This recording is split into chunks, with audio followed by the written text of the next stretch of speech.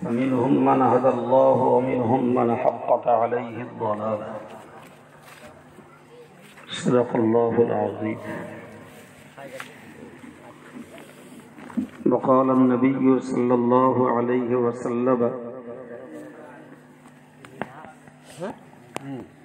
اقرأوا القرآن فإنه يأتي يوم القيامة شفيعا لأصحابه. صدق رسوله النبي الكريم.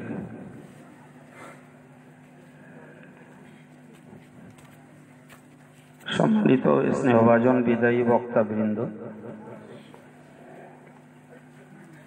জ্ঞান অনুসন্ধানী ধৈর্যশীল দিনদার ইমানদার শ্রোতা মণ্ডলী,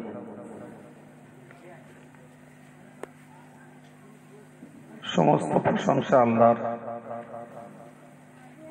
অকৃপণ ভাষায় সকলে একবার বলি আলহামদুলিল্লাহ। সঙ্গে প্রিয় নবীর রুহের প্রতি জানাই অন্তরের অন্তঃস্থল থেকে অগণিত দরুদ ও সালাম।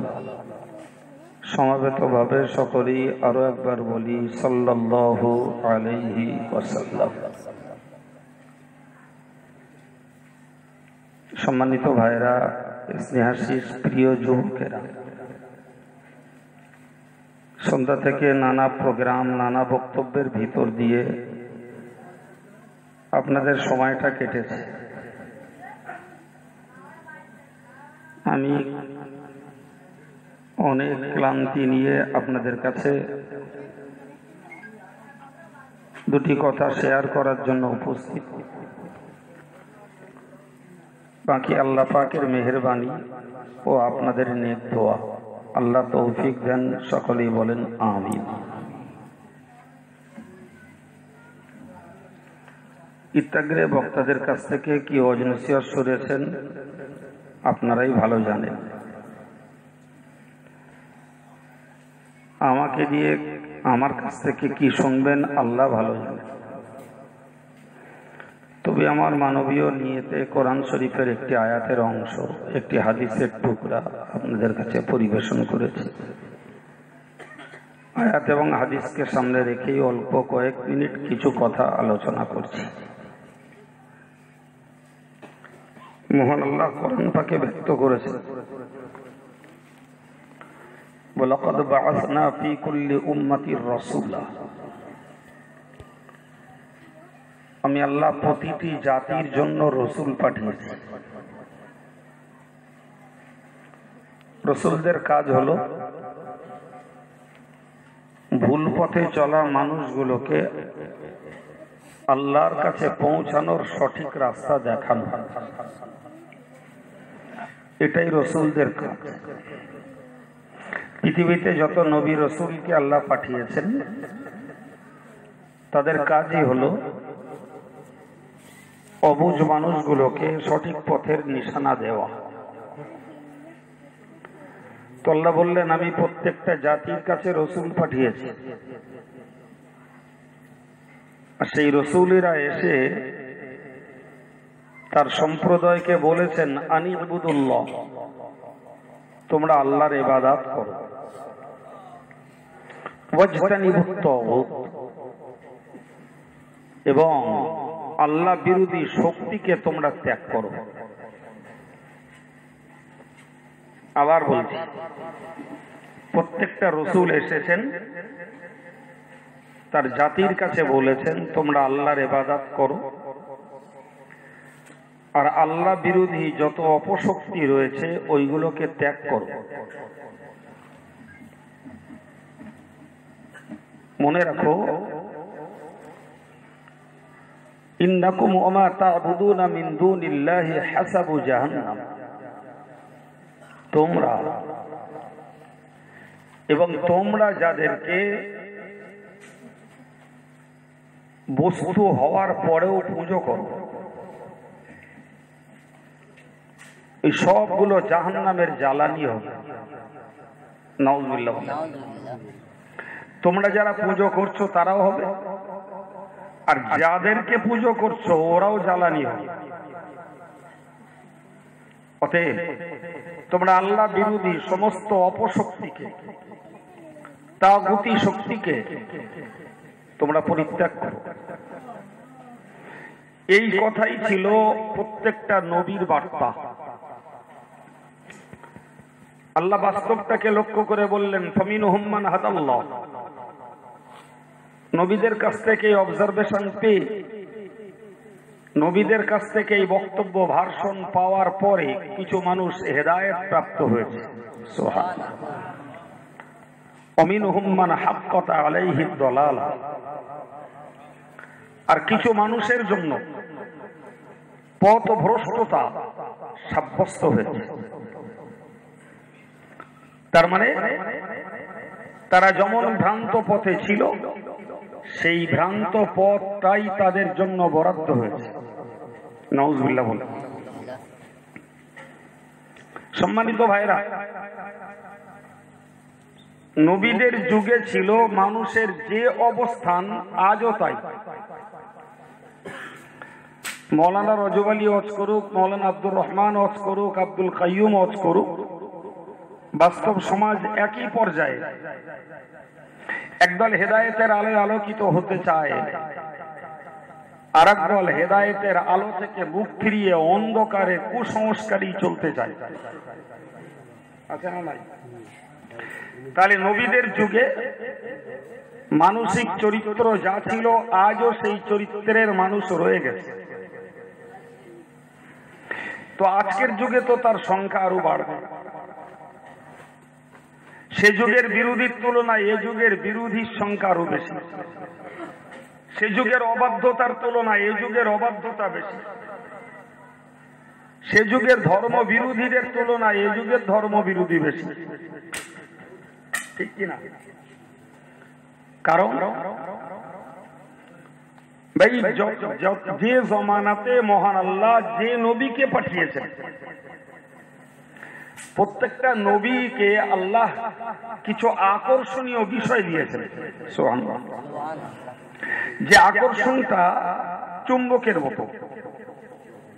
চুম্বক যেমন লোহাকে টানে, নবীদেরকে আল্লাহ এমন কিছু চুম্বক সম বিষয় দিয়েছেন, চরম চরম বিদ্রোহী বিরোধী শত্রুগুলো সেই চুম্বকের টানে চলে এসেছে।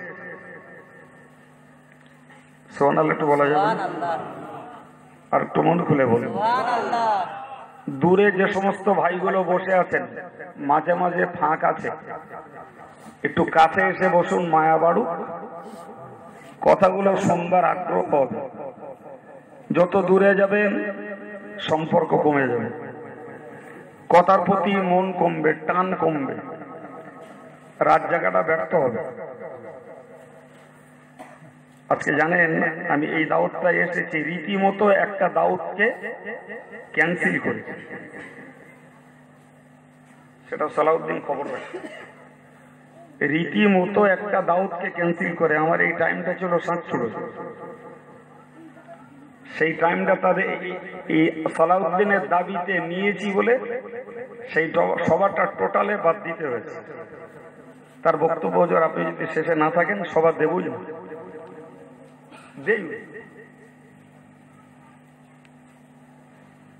কি জন্য? এরা দুটো টাকা দেবে, বাড়ি যাবে, নাকি আপনারা আমার মুখ দেখবেন আর আমি আপনাদের মুখ দেখে বাড়ি যাবো? কথা বলছেন না কেন? তাহলে আমার কষ্ট করে ক্ষতি স্বীকার করে আসার স্বার্থটাই হলো এই কথাগুলো আপনারা সংগ্রহ করবেন। আর আল্লাহ আমাকে যে বুঝ আর যে যোগ্যতা দিয়েছেন তার বিনিময়ে আপনাদের কাছে কথাগুলো পরিবেশন করব, এটা আমার চেষ্টা, আল্লাহর দয়া। আর সেই কথাগুলো আপনারা সংগ্রহ করবেন, তারই জন্য আপনাদের বসে থাকা আর আমারও কষ্ট করে আসা। ঠিক কিনা ভাই?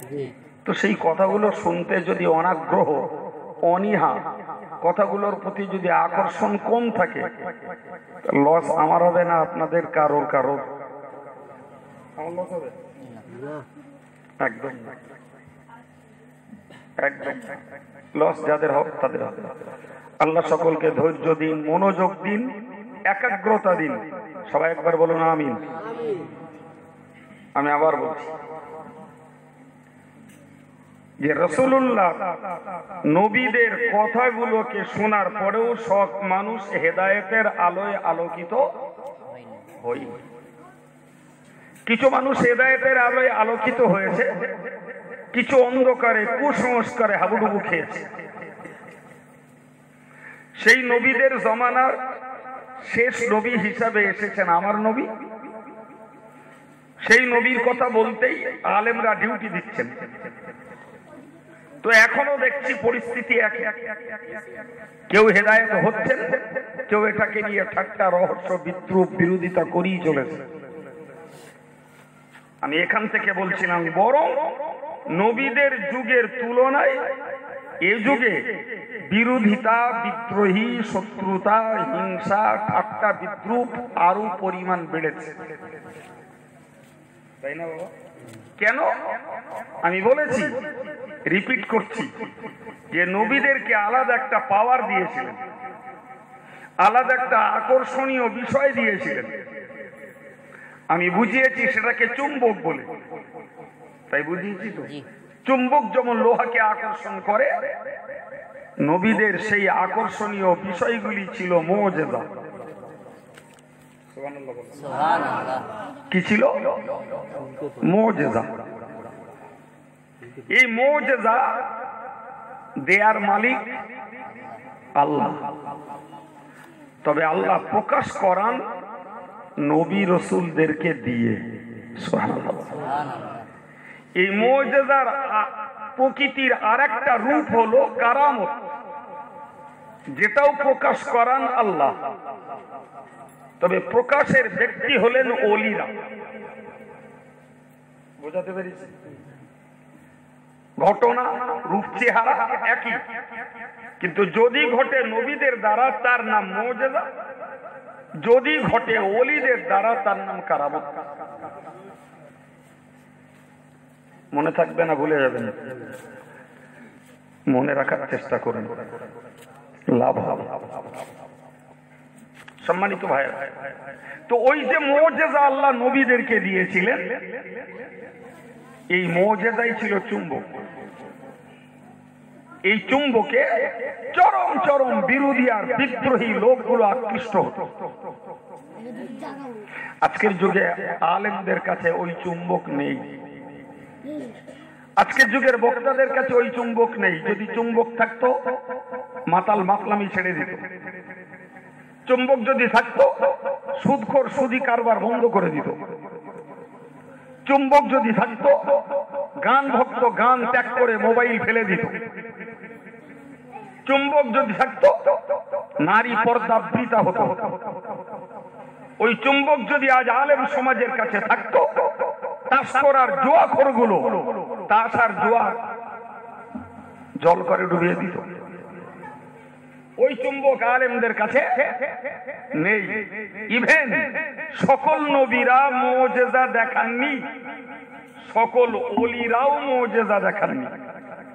কারণ মুজিজা আর কারামত দেখানোর মূল মালিক কাকে বলেছি বাবু? আরেকটু জোরে বলে। আল্লাহ। তাহলে আল্লাহ যার কাছ দিয়ে ইচ্ছা বার করেছেন, যার কাছ থেকে ইচ্ছা করেননি বার করেননি। জি, একটু সামান্য সময়, কয়েক মিনিটের কথা আপনি ধরে নেন। হযরত নবী দাউদ আলাইহিস সালাম, তো নবী দাউদকে আল্লাহ একটা আকর্ষণীয় ঘটনা দিলেন। আল্লাহ পাক কোরআন শরীফে বলেছেন, আলামনা লাহুল হাদীদ, আমি আল্লাহ আমার নবী দাউদের জন্য লোহাগুলোকে নরম করে দিয়েছি। সুবহানাল্লাহ। বাড়ি দিয়ে সুবহানাল্লাহ। এখন স্টকে রাখুন, পরে একসঙ্গে বলে দেবেন সুবহানাল্লাহ সুবহানাল্লাহ সুবহানাল্লাহ, খান কোন বলে দেবেন না। ভাই গায়ে তো অনেক লোকের শক্তি আছে, আমি তো ঠেলা মারলে পড়ে যাবো। তো আসুন দিন একজন এই রডটারে একটু মুচড়ে ভেঙে দেবেন, করা যাবে? আল্লাহ পাক নবী দাউদের হাতে দিয়েছিলেন এমন মুজিজা, এমন অলৌকিকত্ব, এমন মিরাকিল। হযরত নবী দাউদ কাঁচা লোহাগুলোকে হাতে নিতেন।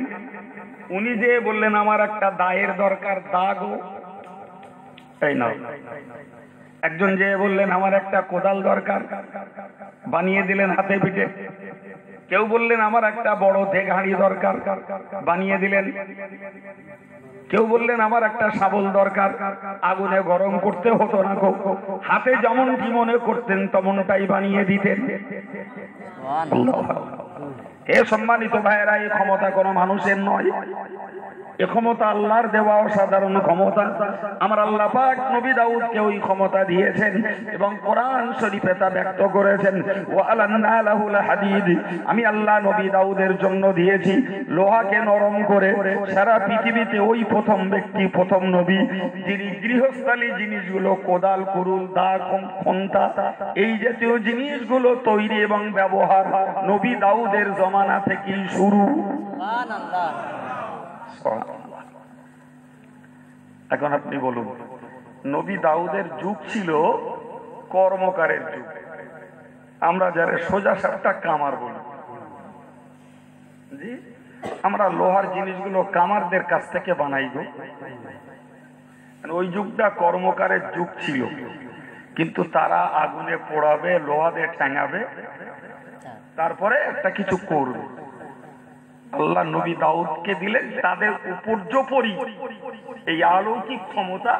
আগুনেও পোড়াতে হতো না, আর পেটাপিটিও করতে হতো না, যা হতো সব হাতে। বলেন ওদের মুখ থুবড়ে পড়া ছাড়া গতি ছিল? কথা বলছেন না? ওই জওয়ানার কামার যারা, তাদের নবী দাউদের কাছে আত্মসমর্পণ করা ছাড়া কোনো রাস্তা ছিল? থাকবে রাস্তা? কি করে থাকবে কোন রাস্তা তাদের? সম্মানিত ভাইয়েরা আমার, আমি আপনাকে আগেই বুঝিয়ে এসেছি, মনে রাখুন নবীদের কাছে ছিল চুম্বক। আল্লাহ পাক কাউকে কাউকে সেই চুম্বক দিয়েছেন ওই মানুষগুলোকে আকৃষ্ট করার জন্য। ফলে নবী দাউদের জমানার কর্মকার গুলো যথারীতি নবী দাউদের কাছে আত্মসমর্পণ করে পড়ে নিয়েছে। লা ইলাহা ইল্লাল্লাহ দাউদু খলিফাতুল্লাহ, লা ইলাহা ইল্লাল্লাহ দাউদু খলিফাতুল্লাহ। সাক্ষ্য দিচ্ছি আল্লাহ ছাড়া কোনো উপাস্য নেই, আর দাউদ হলেন আল্লাহর পক্ষ থেকে প্রেরিত প্রতিনিধি। তো এই কথা যে বাজারা স্বীকার করেছে তারা হয়েছে হেদায়েত প্রাপ্ত ইমানদার। সুবহানাল্লাহ। জি সম্মানিত ভাই, এই হলো তাদের চুম্বক, আকর্ষণ। ইংরেজিতে কে বলে মিরাকেল, আরবিতে বলে মুজিজা, বাংলায় অলৌকিকত্ব। ওই জিনিস ঘটানোর ক্ষমতা কারো নেই। পরের কথাটা মনে রাখুন বাবা, নবী দাউদ একজন মানুষ। আল্লাহ কোরআন শরীফে বলেছেন ইন্নাকা মাইয়াতুন ওয়া ইন্নাহুম মাইয়াতুন। আমার নবীকে লক্ষ্য করে বলেছেন ইন্নাকা মাইয়াতুন ওয়া ইন্নাহুম মাইয়াতুন। ও নবী, তোমার পূর্বে যত নবী এসেছিলেন সকল নবীরা মৃত্যুবরণ করেছেন, সুতরাং তুমিও একটা নির্দিষ্ট ভিসার মেয়াদে চলছো। তোমার ভিসা শেষ হলে পরে তোমাকেও মৃত্যুর আস্বাদ গ্রহণ করতে হবে, তোমাকেও দুনিয়া ছেড়ে পরকালে যেতে হবে। ভূপৃষ্ঠ ছেলে ভূগর্ভে তোমাকেও যাওয়া লাগবে। এই আয়াত থেকে প্রমাণ হয় সকল নবীরা এসেছেন মানুষ হিসাবে এবং যথারীতি তারা ইন্তেকাল করেছেন। নবী দাউদ বেঁচে আছেন, মারা গেছে।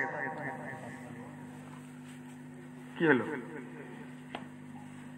বলেন তো? ওরা মোরাম করে বলতেছেন কেন? এই ওয়াজ বাড়ি যাবে না তো? এ তো খিচড়ির সঙ্গে এখানে হজম হয়ে যাবে। এক্ষুনি যখন বলতেই পাচ্ছেন না অনেকে, স্ত্রী ওয়াজ বাড়ি যাওয়া কঠিন। বাড়ি না যেতে হবে, তবে তো এর উপকারটা পরে লাভ করা যাবে। সম্মানিত ভাইরা, আমি তো আয়াত আগে শুনিয়েই দিয়েছি, সবাই যখন মরেছেন নবী দাউদও মরেছেন। কিন্তু মজার ব্যাপার হলো এটাই, নবী দাউদ যেমন মরেছেন বিশ্ব জুড়ে লোহা রয়েছে, কিন্তু নবী দাউদ তার হাতে লোহাকে পিটিয়ে হাতে গড়ে যা বানিয়ে দিয়েছেন ওই অলৌকিকত্ব আর কেউ দেখাতে পারিনি। সুতরাং নবী দাউদের মুজিজা যথারীতি দাউদের সঙ্গে কবরে। এটা ভুললে হবে না। ওই জায়গাটায় আমার ওয়াজ, তো আরো একটুখানি যাবো।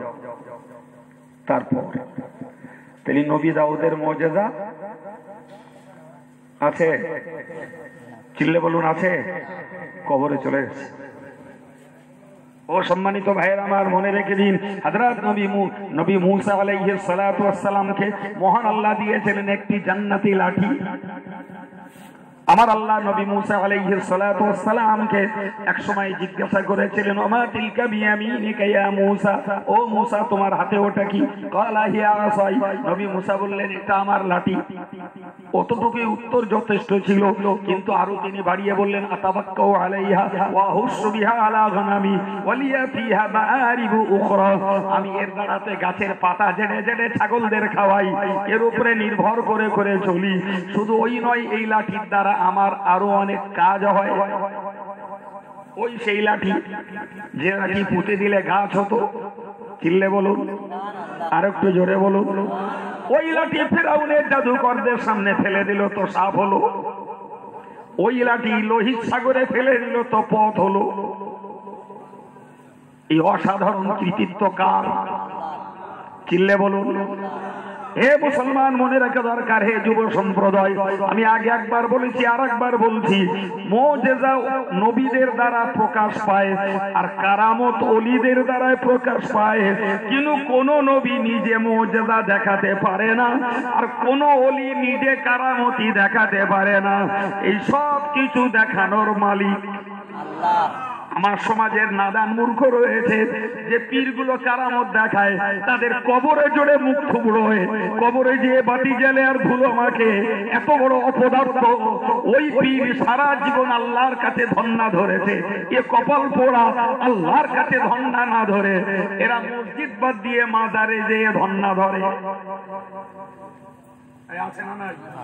লক্ষ লক্ষ এ নির্বোধ ভারতবর্ষে গিজগিজ করত। এরা মনে করে পীর সাহেব কারামতি দেখিয়েছে। জি, পীর সাহেব কারামতি দেখিয়েছে, ওর কাছে গেলে আমার সব উদ্ধার হবে। কপাল পোড়া রে, তুই যে পীরের কবরে যে মুখ থুবড়াচ্ছিস, ওই পীর রাতের অন্ধকারে উঠে আল্লাহর কাছে মুখ থুবড়েছে। খোঁজ রাখি কথা বলেন ঠিক না বউ? ওই পীর, তুই কাঁদছিস পীরের কবরে যে, আর পীর কেঁদেছে মালিকের দরবারে আল্লাহর কাছে।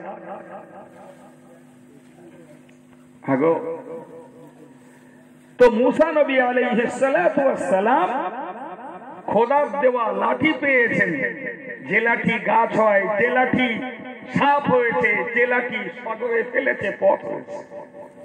সুবহানাল্লাহ। জি সম্মানিত ভাইরা আমার, ভালো করে মনে রাখুন, আমি অল্প কথায় বুঝিয়ে দিতে চাইছি। হযরত নবী মূসা আলাইহিস সালাতু ওয়াস সালাম আর 5টা নবীর মতো তিনিও ইন্তেকাল করেছেন। যথারীতি নবী মূসা বিদায় নিয়েছেন, লাঠি কিন্তু তার কবরে দেয়া হয়নি, লাঠি কিন্তু ছিল, কিন্তু ওই লাঠি আর কখনো সাপ হয়নি, ওই লাঠি আর কখনো গাছ হয়নি, ওই লাঠি আর কখনো পানিতে ফেললে পথ তৈরি হয়নি। এ থেকে বুঝতে পারা যায় ওটা ছিল নবী মূসার জন্য চুম্বক, নবী মূসার জন্য মুজিজা। সম্মানিত ভাইরা আমার, মূসা নবীর যুগ ছিল জাদুকরদের যুগ, যে জাদুকররা অলৌকিক অলৌকিক কার্যাবলী দেখাতো, ওই জাদুকরদের পরাস্ত করার জন্যই মহান আল্লাহ নবী মূসাকে দিয়েছিলেন লাঠির মুজিজা। সুবহানাল্লাহ। তুই দেখা কি মুজিজা দেখাবি, কি মুজিজা দেখাবি, দেখা। জি ভাই, হযরত নবী মূসার লাঠির মোকাবেলা করার জন্য ফেরাউন জাদুকরদের ময়দানে হাজির করলো, একটা না, দুটো না, 300। তারা কৃত্রিম অজগর বানিয়ে দিল ময়দানে। নবী মূসা খুব ভয় ভীত হলেন। আমরা মাঝে মাঝে নাউজুবিল্লাহ জাদু খেলা আমি দেখিনি, অনেকে দেখে, রাস্তাঘাটে চলতে নজর পড়ে, জাদু দেখাচ্ছে, হা করে ডুগডুগি বাজিয়ে দিলে এরা জড়ো হয়ে গেল। তো জাদুতে যদি অকৃত্রিম কিছু ঘটায়, দাঁড়িয়ে থাকলেও ভয় লাগে, অথচ জাদু তাও ভয় লাগে। নবী মূসার সামনে 300 জাদুকর যখন সাপ বানিয়ে ছেড়ে দিল, মানুষ তো নবী মূসা না অন্য কিছু, মানবীয় ভয়টা লাগবে, তিনি ভীত হলেন। আল্লাহ বললেন, ওয়ালা তাখাফ, এই মূসা ভয় পেও না, ভয়ে কিচ্ছু নেই। ওয়ালকি মা ফি ইয়ামিনিক তালকাফু মা সানাউ, ও মূসা তোমার হাতে যেটা রয়েছে ওটা ফেলো। কি ছিল মুসার হাতে? ফেলে দিলেন। তালকাফু মা সানাউ, হযরত নবী মুসার লাঠি সাফ হলো, একটা নিঃশ্বাস টানলো, জাদুকরদের 300 সাপ এক নিঃশ্বাসে মুসা নবীর লাঠি সাপের পেটে। সুবহানাল্লাহ। দেখ না খেলা একবার, এক নিঃশ্বাসে 300 সাপ লাঠি সাপের পেটে। আল্লাহ। فألقي السحرة سجدا قالوا آمنا برب العالمين قالوا آمنا برب هارون وموسى। আল্লাহ পাক কোরআন শরীফে জানিয়েছেন, যেই না মুসা নবীর লাঠি সাপে জাদুকরদের 300 সাপকে খেয়ে ফেললো, এক মুহূর্তে ফাউলকি আস-সাহারাতু সুজদা, নবী ফেরাউনের বেতনভোগী জাদুকরগুলো মুহূর্তের ভিতরে নবী মুসার কাছে সিজদায় পড়লো। সিজদায় পড়া মানে নিজেকে বিলিয়ে দেবো। শুধু সিজদায় পড়লো না, সঙ্গে বলল আমান্না বিরব্বি হারুন ওয়া মূসা, আমরা ওই হারুন আর নবী মুসার রবের প্রতি ঈমান আনলাম। সুবহানাল্লাহ। বেতন খায় কার? ফেরাউন। কার বেতন খায় ওরা? ফেরাউনের। ওরা ওদেরকে বেতন দিয়ে পুষে রেখেছে। মুসা নবীর মতো ফকিরের লাঠির কাছে জব্দ হয়ে সেই বেতনভোগী জাদুকররা সব বলল আমরা ঈমান আনলাম। জি সর্বনাশ। ফেরাউন রেগে আগুন হয়ে গেল। قال آمنتم له قبل أن آذن لكم إنه لكبيركم الذي علمكم السحر فلسوف تعلمون। ফেরাউন ওই সময়ে বলল, এ কপাল পোড়া হতভাগার দল, তোরা কোন লজ্জায় মুসার কাছে তোরা আত্মসমর্পণ করলি? কোন লজ্জায় মুসা নবীর প্রভুর প্রতি তোরা ঈমান নিয়ে এলি? তোদের তো উচিত ছিল একটা জিনিস, তোদের একটা বড় রয়েছে, তোদের গুরুদেব রয়েছে, তোদের ওস্তাদ রয়েছে আল্লামাকুমুস সিহরা, যে তোদেরকে জাদু শিখিয়েছে। তো অন্তত পক্ষে তোদের গুরুদেবটাকে তো একটা সময় দিবি, সুযোগ দিবি যে গুরুদেব আমরা হেরে গেছি, আমাদের সাপগুলোকে খেয়ে ফেলেছি, তুমি একটু দেখাও। সে যদি না করতো তবে তো তোরা না হয় আত্মসমর্পণ করতে পারতিস। যে সর্বনাশ করেছিস, বেতনগুলো সর্বনাশ করেছিস, সঙ্গে তোরা আমার ইজ্জত নষ্ট করেছিস। লাউ কতিয়ান্না ইদিয়াকুম ওয়া আরজুলাকুম মিন খিলাফিন সুম্মা লাউ সাল্লিবান্নাকুম আজমাইন। তোদের হাত কেটে নেব, পা কেটে নেব, ডান হাত কাটবো তা বাম পা কাটবো, বাম পা কাটি যদি বাম হাত যদি কাটি ডান পা কেটে নেবো। শুধু কাটবো না, এরপরে শুলি কাস্টে ঝুলিয়ে দেবো। ভাইরা আমার, ওই সময়তে ওই নবদীক্ষিত মুমিন হযরত নবী মুসার প্রতি, মুসার রবের প্রতি যারা ঈমান নিয়ে এসেছে গর্জে উঠে বলেছিল, ক্বালু লা দায়রা ইন্না ইলা রাব্বিনা লামুনকালিবুন। ও ফেরাউন, তুই হাত কাটবি, পা কাটবি, শুলিতে চড়াবি, কিচ্ছু আমাদের হবে না। তুই আমাদেরকে শুলিতে চড়িয়ে দিবি, সোজা আমরা আল্লাহর কাছে চলে যাব। সুবহানাল্লাহ। চুম্বক ধরে নিয়েছে না নেই? চুম্বক টেনে দিয়েছে। এক চুম্বকে লোহাদি গলি, এক সাপের ছোবলে 300 জাদুকর ঈমানদার। জাদুঘর গুলো যারা কৃত্রিম খেলা দেখায়, নকল খেলা দেখায়, তারাই যখন ঈমানদার হয়ে গেছে, ফেরাউন আর দল রক্ষা করতে পারবে কথা বলে সুর করে অন্য লোকরা হতে শুরু করলো। সম্মানিত ভাইরা আমার, মুসা নবী কবরে চলে গেছেন। মুসা নবীর সেই লাঠি রয়েছিল, কিন্তু আর ওই মুজিজা প্রকাশিত হয়নি। ও ভাইরা আমার, সারা পৃথিবীর সবথেকে ভয়ঙ্কর মুজিজা দেখিয়েছেন হযরত নবী ঈসা। নবী ঈসার যুগ ছিল চিকিৎসা বিদ্যায় বিরাট পারদর্শী, ডাক্তারি শাস্ত্রে ওই যুগের লোকেরা ছিল পারদর্শী। আল্লাহ পাক নবী ঈসাকে বানিয়ে দিলেন যুগের সেরা ডাক্তার। জোরে বলুন, আর একটু মহব্বত করে বলুন। ভাইরা আমার, নবী ঈসা আলাইহিস সালাতু ওয়াস সালামের মুজিজা অবাক হওয়ার কথা। তিনি নিজে বলছেন, উবরিউল আকমাহা ওয়াল আবরাসা উহিল মাউতা বিইذنিল্লাহ ওয়া উনাব্বিউকুম বিমা তাকুলুনা ওয়া মা তাদাখিরুনা ফি বুয়ুতিকুম। হযরত নবী ঈসা আলাইহিস সালাতু ওয়াস সালাম বললেন, আমি আল্লাহর হুকুমে জন্ম অন্ধ, দিন কানা রাত কানা এদেরকে সুস্থ করি। জন্ম অন্ধ চিকিৎসা করলে ভালো হয়? জানা আছে? বলুন। মায়ের পেট থেকে অন্ধ, চিকিৎসায় ভালো আছে, ভালো হয়েছে, জানা আছে? মায়ের পেট থেকে অন্ধ হযরত ইমাম বুখারী রাহমাতুল্লাহ আলাইহি তিনি ভালো হয়েছেন মায়ের দোয়ায়। সুবহানাল্লাহ। আর একটু জোরে বলেন, কার দোয়ায়? ওটাও আরেকটা কারামত, ডাক্তারের চিকিৎসায় নয়। ডাক্তারের চিকিৎসায় জন্ম অন্ধ ভালো হয় না। দিন কানা রাত কানা হলে কোন কোন প্রক্রিয়া অবলম্বন করলে হয়তো কিছু উন্নতি হয়, পুরোপুরি সুস্থ হওয়ার খবরটা জানা যায়।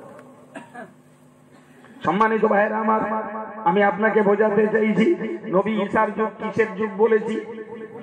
ডাক্তার। সুবহানাল্লাহ। চিকিৎসার যুগ, ডাক্তারি বিদ্যায় ওই যুগের লোকেরা পারদর্শী। আল্লাহ যুগের সেরা ডাক্তার বানানি ঈসাকে। জন্ম অন্ধ, মায়ের পেট থেকে অন্ধ, নবী ঈসার সামনে গেলেন, উনি আল্লাহর নাম নিয়ে হাতটাকে চোখে বুলিয়ে দিলেন, সে দিব্যু ড্যামডেমের চোখ নিয়ে ফিরে গেল মায়ের কাছে। ডাক্তারি বিদ্যা চলবে? ডাক্তার ঔষধ দেয়, সারবে আশা করে, সারবের জায়গায় আকার উঠে যায়। কি হয়? ঠিক না ভুল? ঠিক না ভুল? লাখ লাখ টাকা খরচা করছে, কাফন বন্দি হয়ে বাড়ি। তাহলে ডাক্তারের শাস্ত্রে কখনো সারে কখনো সরে। আল্লাহ শুকরিয়া, নবী ঈসার কাছ থেকে কেউ সরে যায়নি, বরং সরে যাওয়া লোক ফিরে এসেছে। সুবহানাল্লাহ। সুবহানাল্লাহ আকবার হবে না? নবী ঈসা হরিণের গোশত খেতেন। তো যখন হরিণের গোশত খাওয়ার ইচ্ছা হতো, জি, জঙ্গলের পাশে যেতে হরিণকে ডাকতেন, আল্লাহু আকবার, জঙ্গলের যত হরিণ সব বেরিয়ে চলে আসতো। আর একটু জোরে হবে না? জি, আমরা যদি বিনা ভাতে বিনা চালি মুরগি ডাকি তাও আসে না।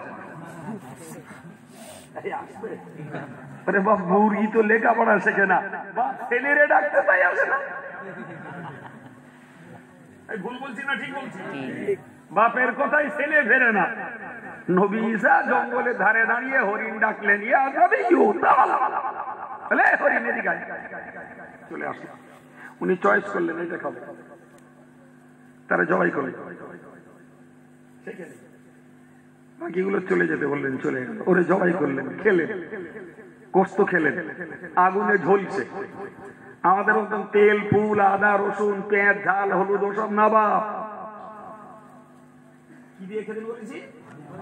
আগুনে ঝলসিয়ে খেতেন। জি, উনি গোশত গুলো খেতেন, হাড় গুলো খেতেন না। হাড় গুলো এক জায়গায় স্তূপ করে টাল করে রেখে দিতেন। খাওয়া দাওয়া হয়ে গেল, হাড়গুলোর দিকে লক্ষ্য করে বললেন, ইয়া মাউতাকুম বিইজনিল্লাহ। দিব্য হরিণ উঠে আবার জঙ্গলে চলে গেল। ডাক্তারি বিদ্যা চলবে? ডাক্তাররা জ্যান্ত রে মেরে ফেলে। আর এ কোন ডাক্তার মরারে জ্যান্ত করছে? আমার আল্লাহ পাক কোরআন শরীফে জানিয়েছেন, ওই জমানার সেটি রোগীগুলো, কুষ্ঠ ব্যাধিগুলো, যারা পাকড়ওয়ালা রোগী নবী ঈসার সামনে চলে যেত। ভাইরা আমার, নবী ঈসা আলাইহিস সালাম যথারীতি হাত বুলিয়ে দিতেন। পাকড়ওয়ালা রোগীগুলো, সেটি রোগীগুলো সুন্দর ত্বক নিয়ে তারা ফিরে যেত। জি, ওই নয় শুধু, কবরে যে বলতেন, ইয়া মাউতাকুম বিইজনিল্লাহ, এই মুর্দা আল্লাহর হুকুমে উঠে পড়। থড়ো থড়ো খেয়ে 2000 বছর আগের মরা লোক উঠে পড়লো।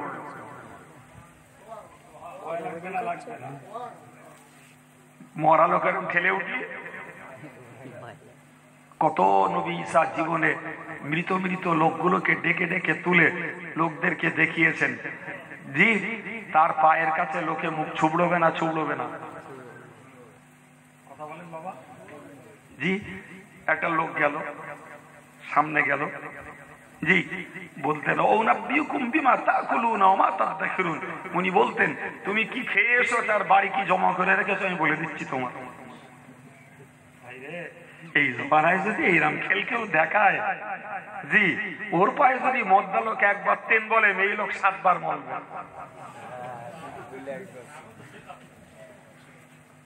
এখন দেখাচ্ছে ওইরকম বলতেছে আর জাহান্নামেও যাচ্ছে। ওটা বলে, ওটা বলবেন না কেন?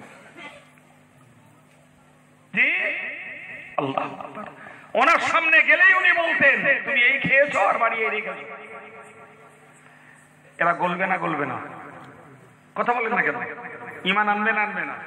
বিরোধিতা করার জায়গা আছে, বিরোধিতা করে পাত্তা পায়? পাত্তা পেত না। ওরে বাবারে, এই রাগেই তো মুসা নবীর কওমের লোকেরা ঈসা নবীকে শুলি কাস্তে ঝুলিয়ে মারার চক্রান্ত করলো। আমাদের দেশের বাঙালির বাচ্চারা বাংলার ইতিহাসের বই পড়েছে, আমরা ছেলেবেলায় পড়েছি ঈসা নবীকে ক্রুশবিদ্ধ করা হয়েছে। এরকম করে হাত লম্বা করা আছে, হাতে প্রেক সাঁটা আছে, লাল রং আঁকিয়ে দিয়ে বোঝানো হচ্ছে রক্ত ঝরছে, যীশু খ্রিস্টকে শুলি কাস্তে ঝুলিয়ে মারা হচ্ছে। আর একটু জোরে, এই ইতিহাস সত্য না মিথ্যা? কাঁচা মিথ্যা ইতিহাস।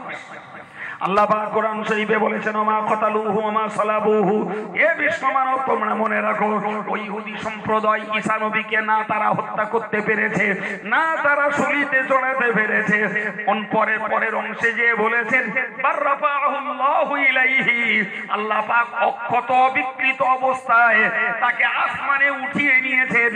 বুখারী শরীফের বর্ণনায় রয়েছে আমার নবী যখন মেরাজে যান, হযরত নবী ঈসাকে দ্বিতীয় আসমানে দেখা করে সাক্ষাৎ করে সালাম কালাম করেছিলেন। সুবহানাল্লাহ। ঈসা নবী জীবিত, আবার আসবেন, আবার পৃথিবীতে আসবেন, 7 বছর রাজত্ব করবেন। আমাদের শরীয়ত তিনি মানবেন। সুবহানাল্লাহ। আমাদের মতো 5 ওয়াক্ত নামাজ পড়বেন, জমাতে নামাজ পড়বেন, রোজা রাখবেন, জিকির করবেন, তাসবিহ পড়বেন। আমাদেরই মতো নবী মুহাম্মদুর রাসূলুল্লাহর শরীয়ত নবী ঈসা মানবেন। ঈসা নবীকে আল্লাহ পাক আসমানে উঠিয়ে নিয়েছেন। কুষ্ঠব্যাধি ভালো হওয়া, জন্মবন্ধ ভালো হওয়া, কিংবা মরা লোক জীবিত হওয়া, অথবা গুপ্ত খবর বলে দেওয়া, সবগুলো মুজিজা নবী ঈসার সঙ্গে চলে গেছে। সম্মানিত ভাইরা আমার প্রিয় নবী মুহাম্মদুর রাসূলুল্লাহ সাল্লাল্লাহু আলাইহি ওয়াসাল্লামকে আমার আল্লাহ পাক মুজিজা দিয়েছেন। বিশ্ববিখ্যাত মুহাদ্দিস হযরত ইমাম জালালউদ্দিন সিউতি রাহমাতুল্লাহ আলাইহি। এমনি নামটা মনে থাকবে, পরেরটা মনে থাকবে না। নামটা কি বলেছি? মুখস্থ করতে হবে। আরেকবার বলুন, কি বলেছি? জালালউদ্দিন, ইমাম জালালউদ্দিন সিউতি। আল্লাহু আকবার, কত বড় দরজার তিনি, আল্লাহর ওলি। জি, ইমাম জালালউদ্দিন সিউতি রাহমাতুল্লাহ আলাইহি জাগ্রত অবস্থায় তার জীবনে ৭৫ বার রাসূলুল্লাহকে দেখেছেন। সুবহানাল্লাহ। হাগো, সেই মানুষটার গুণের কোন কল্পনা আমাদের এই ক্ষুদ্র বেঁকাচোরা ব্রেনে করতে পারি? ৭৫ বার যিনি জাগ্রত অবস্থাতে রাসূলুল্লাহকে দেখেছেন। এই মানুষটা লিখেছেন রাসূলুল্লাহর মুজিজার সংখ্যা ১০০০।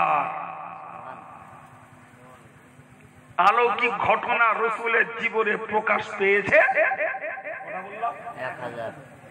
১০০০। ওই রাসূল জমিনে দাঁড়িয়ে আকাশের চাঁদ দ্বিখণ্ড করেছেন।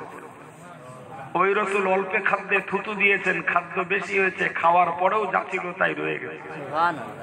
ওই রাসূল পানিতে আঙুল দিয়েছেন, ৮ লোটা পানি, ১৪০০ লোক সেই পানি খেয়েছে, গোসল করেছে, পাত্র ভরে নিয়েছে। রাসূল বললেন সবার হয়ে গেছে? বললে হ্যাঁ।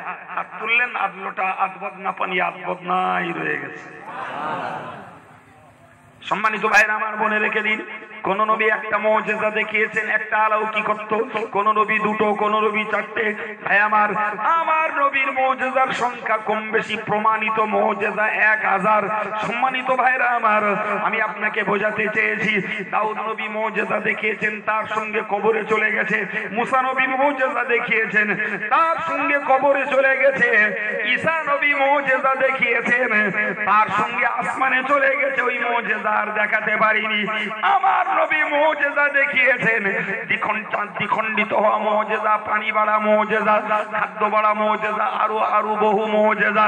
সমস্ত মুজিজাগুলো আমার নবীর কবরে যাওয়ার সাথে সাথে সেই মুজিজাগুলোর দরজা বন্ধ হয়ে গেছে। কিন্তু মুসলমান আজীবন মনে রাখতে হবে, আমার নবীর নয় শুধু বরং সারা পৃথিবীর শ্রেষ্ঠ মুজিজা, আমার নবীর সেরা মুজিজা হলো আল কোরআন। কোন মুজিজা? কোরআন হলো সারা পৃথিবীর শ্রেষ্ঠ মুজিজা। কোরআন আছে না গেছে? চিল্লে বলুন, কোরআন আছে, কোরআন যাই। আমার এই এতক্ষণের প্রকার এই সার শিক্ষা এই জায়গাটায় ইন্ডিকেট করে, চিহ্নিত করে আপনাদের মাথায় দিয়ে দেব যে অন্যান্য নবীরা যত মুজিজা দেখিয়েছেন, ইভেন আমার নবী যত মুজিজা দেখিয়েছেন, কোরআন ছাড়া সমস্ত মুজিজা স্টপ হয়ে গেছে, সমস্ত মুজিজার দরজা ক্লোজ, লকডাউন, আর কিয়ামত পর্যন্ত খুলবে না। কিন্তু কোরআনের মুজিজা কিয়ামত পর্যন্ত খোলা। কপাল পড়া আমরা, সেই কোরআন আমাদের ঘরে ঘরে। ঠিক না? কথা বলেন।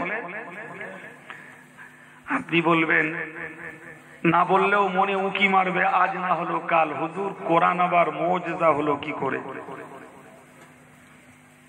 ঠিক না?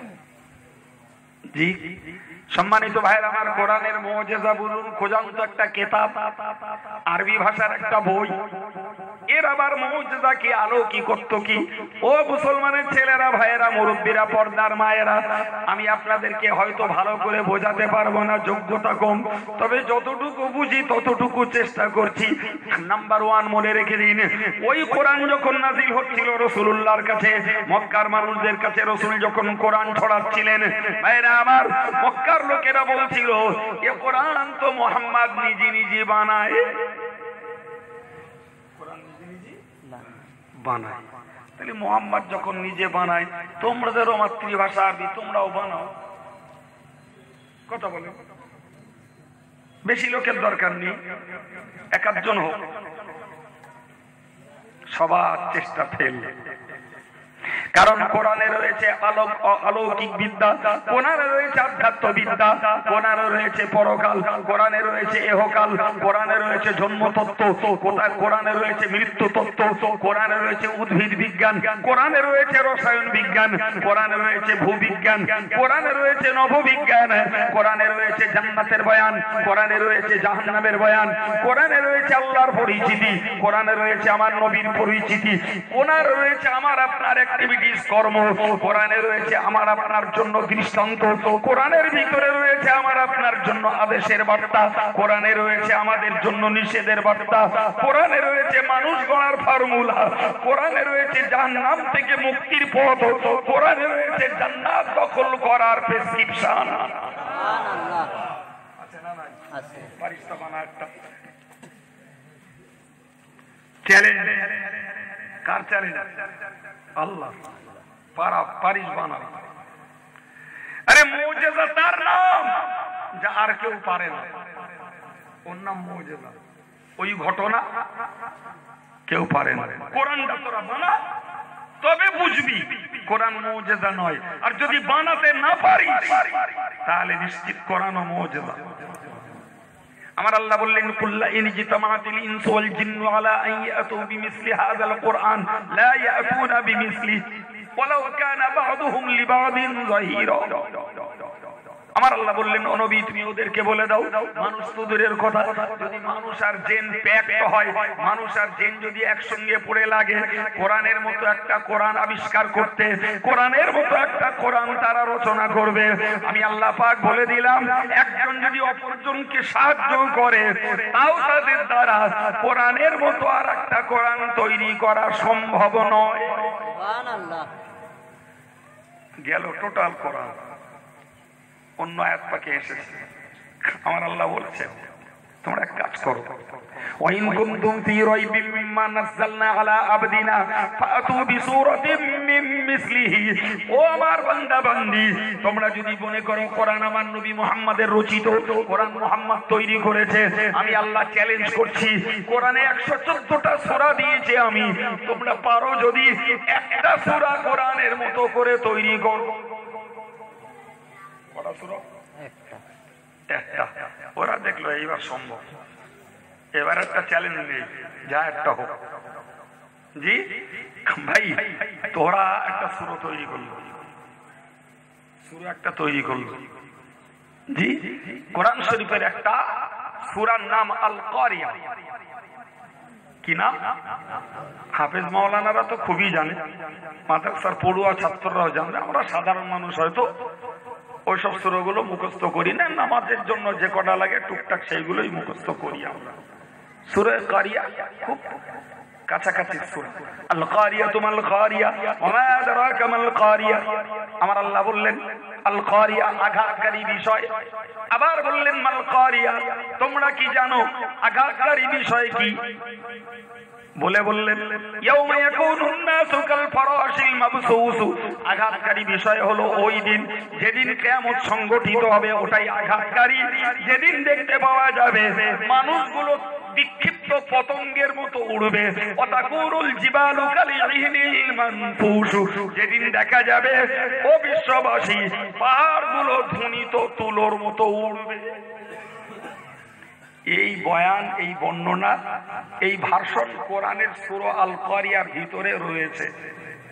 ওরা দেখে দেখে বললো এই সূরাটার এগেইনস্টে একটা সূরা তৈরি করা যায়, তা লাগো তার সূরা তৈরি করলো। বললো আল ফিলু মাল ফিল ওয়া মা আদরাকা মাল ফিল খুরতুবুন তাবিল জামবুহু কালিল জামবুহু কালিল। ভাইরা আমার, সূরা তৈরি করে দিল ওরা। সে সূরায় তো বললো আল ফিলু মাল ফিল। তোমরা জানো হাতি কি? হাতি হলো তার সুর লম্বা, ল্যাজ ছোট, দেহ মোটা। এই শুনতে পাচ্ছেন? আচ্ছা, আল্লাহর কোরআনের সূরা আর ওই জন্তুদের এই হাতির সূরা দুটো একরকম হয়ে যাবে? তাহলে ফেল, এই কথা বলে ফেল না। জি, আমার আল্লাহ পাক অন্য আয়াতটাকে বলেছেন, ও বান্দা তোরা একটা কাজ কর, একটা সূরা যদি নাই বা পারিস তাহলে 10টা আয়াত অন্তত তৈরি কর। সেও ফেল। লেটেস্ট আল্লাহ বললেন সব ছেড়ে দে, তোরা একটা ছোট্ট আয়াত তোরা তৈরি কর, একটা ছোট্ট আয়াত তৈরি কর, যত ছোট করে পারিস। জি, তো আপনার কি বলবো, কোরআন শরীফের একটা অংশ রয়েছে ওয়ালাকুম ফিল কিসাসি হায়াত। কি বলেছি? মুখস্থ হবে না, বলে ওয়ালাকুম ফিল কিসাসি হায়াত। হত্যার বিনিময়ে, হত্যা করলে মানুষের জীবন বাঁচবে। আল্লাহ এ মতামত কে ব্যক্ত করেছেন? হত্যার বিনিময়ে, হত্যা করলে মানুষের জীবন বেঁচে যাবে। আমার দেশের মার্ডার এখন মুরগি মারা মতো কথা বলে। সৌদিতে যদি মার্ডার হয়, করিম যদি রহিমকে মার্ডার করে, পরক্ষণেই রহিমকেও মার্ডার করে দেয়া হয়, করিমকেও মার্ডার করে দেয়া হয়। আমার দেশের মার্ডারের বিচার হচ্ছে আজরাইলের সঙ্গে তার দেখা যাবে, ঠিক কিনা বলে? কত মার্ডারের বিচার, বিচারের রায় বেরোনোর আগে সে মরে গেছে। খোঁজ নিয়ে দেখতেছে সাউ বিচারের রায় বেরোচ্ছে, আসামি তার আগে ঠিকানায় পৌঁছে গেছে। তো কোরআনের ফর্মুলা হলো হত্যার বিনিময়ে যদি হত্যা করা হয় জীবন বাঁচে। ওরা এইটুকুর এগেইনস্টে একটা অংশ তৈরি করো, আল কতলু ইনতাফাল কতলা, তার মানে কতলকে দূর করতে হয়। আল্লাহ বললেন হত্যার বিনিময়ে হত্যা করলে জীবন বাঁচে, আর ওরা বললো কতলকে দূর করতে হয়। দুটো একরকম হয়ে না, নিজেরাই তৈরি করে নিজেরা বললো না, হলো না। এবার বলুন, আমি আপনাকে বোঝাতে চেয়েছি কয়েকটা তথ্য দিয়ে যে কোরআন মুজিজা শব্দটা মুখস্থ করুন। কোরআন কি? অলৌকিকত্ব। তার মানে কি? টোটাল আরব সাম্রাজ্যের আরবি ভাষীরা এই কোরআনের এগেইনস্টে একটা আস্ত কোরআন, এই কোরআনের এগেইনস্টে একটা পুরো সূরা, এই কোরআনের এগেইনস্টে তার 10টা আয়াত, এই কোরআনের এগেইনস্টে একটা আয়াতও তৈরি করতে তারা পারেনি। অগত্যাই ওই আরবের সাহিত্যিকদের কাছে প্রমাণ হলো কোরআন একটি অলৌকিকত্ব। Quran is the miracle book from Allah. কোরআন হলো আল্লাহর পক্ষ থেকে অবতারিত একটি অলৌকিক গ্রন্থ। চিল্লে বলো।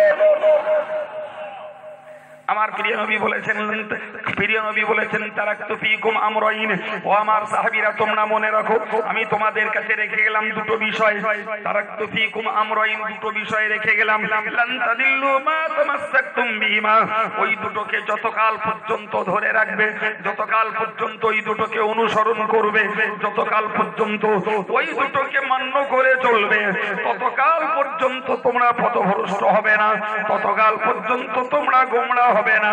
কিতাব আল্লাহি ওয়া সুন্নাত রাসূলিহি, একদিকে আমি আল্লাহ রেখে গেলাম, আমি রাসূল রেখে গেলাম আল্লাহর কিতাব কোরআন শরীফ, আর একদিকে রেখে গেলাম আমি নবী, আমার তরিকা, আমার আদর্শ, আমার সুন্নাত। তাহলে সকল নবীর মুজিজা চলে গেছে, আমার নবীর অন্য মুজিজাগুলো চলে গেছে, পৃথিবীতে রয়ে গেছে আমার নবীর কোন মুজিজা? চিল্লে বলুন, আর একটু জোরে সবাই মিলে বলুন। আর এই কোরআন মুজিজাটাকে যারা ফলো করবে, রাসূলুল্লাহ বলেছেন তারা জীবনে পথভ্রষ্ট হবে না, গোমরা হবে না, তারা জাহান্নামে যাবে না। সুবহানাল্লাহ। জি ভাই, সেই কোরআন আজ আমাদের ঘর ঘর। কোরআন পৃথিবীতে এসেছে তেলাওয়াত করব, তাই কোরআন পৃথিবীতে এসেছে তাকে অনুসরণ করব, মেনে চলবো, তাই কোরআন পৃথিবীতে এসেছে আমরা চরিত্র গড়ব, তাই কোরআন পৃথিবীতে এসেছে আমাদের জীবনটা আল্লাহর কাছে পছন্দনীয় করে তুলবো, তাই কোরআন এসেছে আমরা আল্লাহ পাকের প্রিয় বান্দা বান্দিতে পরিণত হব, তাই কোরআন পৃথিবীতে এসেছে জাহান্নামের পথের মানুষগুলোকে মুক্ত করে জান্নাতে নিয়ে যাবে, তাই একটু জোরে বলা যাবে না সুবহানাল্লাহ। কোরআন পৃথিবীতে এসেছে মানুষগুলোকে অন্ধকার থেকে আলোর দিকে নিয়ে যাওয়ার জন্য, কোরআন পৃথিবীতে এসেছে মানুষগুলো হেদায়েতের পথ খুঁজে পাবে, তাই কোরআন পৃথিবীতে এসেছে মানুষগুলো ভাবনা চিন্তা গবেষণা করে এই বিশ্বকে উন্নত করবে, তাই বড় বেদনার কথা। সেই কোরআন মুসলমানদের ঘরে ঘরে, আমরা কোরআন ছুঁই, বাপ মরে গেলি মাদ্রাসায় একটা দান করবে, তাই এর আগেও কপাল পোড়া কোরআন ছয় না, মাথায় একটা রুমাল নিয়ে বেঁধে একটা কোরআন শরীফ দোকানদার কাগজ দিয়ে বেঁধে চলে গেছে, হুজুর আমার বাপ মরে গেছে তাই কোরআন শরীফটা মাদ্রাসায় দিচ্ছে। দেখে বোঝা যাচ্ছে ওর জীবনে কোরআনে হাত দেয়নি। বাপ যদি না মরতো কোরআনে হাতও দিত না। আমার কথা বিশ্বাস হচ্ছে? আমি বাস্তবে দেখে একটা না অনেক লোককে দেখে তারপর বলছি, এমন কপাল পোড়া যখন মরার সময় চিট টানাটানি করতেছে, দোমার আসতেছে না, কখনো নারী পাওয়া যাচ্ছে কখনো পাওয়া যায় না, হার্টবিট নেই, তখন মাদ্রাসার ছেলে ডেকেছে, দাদিন কেরাল মডেল 5টা ছেলে লাগে, মৌলানা আরব আলীর বলে, হাফেজ আমিরুল ইসলামের বলে 5টা ছেলে লাগে। কি ব্যাপার? আরে বাপের কাছে একটু কোরআন শরীফ পড়ুক, ও যদি ভালো থাকতো না তো লেটকে সেবড়ে দিত তোর জীবনে। আমি কোরআন পড়িনি, তোরা আমার কোরআন শোনাচ্ছি, যারা লেটকে সেবড়ে দিত, কেটা বলে তোর কোরআন শোনাতি পারিস না, গান শুনতি দে। যে জিন্দা মুজিজা, জীবন্ত মুজিজা কোরআন কিয়ামত পর্যন্ত পৃথিবীতে অরক্ষিত থাকবে, অবিকৃত থাকবে। সেই কোরআনের সঙ্গে সম্পর্ক মুসলিম জাতির এইরকম। পড়া তো দূরের কথা, ছুঁয়ো না। ও মুসলমানের যুবকেরা ও মুরব্বীরা, আমি করজোড়ে নিবেদন করে বলবো, হাদিস শরীফে এসেছে আন-নাযরুল কোরআনি ইবাদাতুন, আল্লাহর কোরআনটার দিকে দেখাটাও ইবাদত। সুবহানাল্লাহ। ও ছেলেরা বাবারা, বহু মানুষ রয়েছে আমরা নামাজ পড়ি, মসজিদে জুমার দিনে যাই কিংবা জমাতে ওয়াক্তে নামাজ পড়তে যাই, সুন্নত পড়ে ওয়েট করছি জমাতে টাইম বলে নামাজ পড়বো।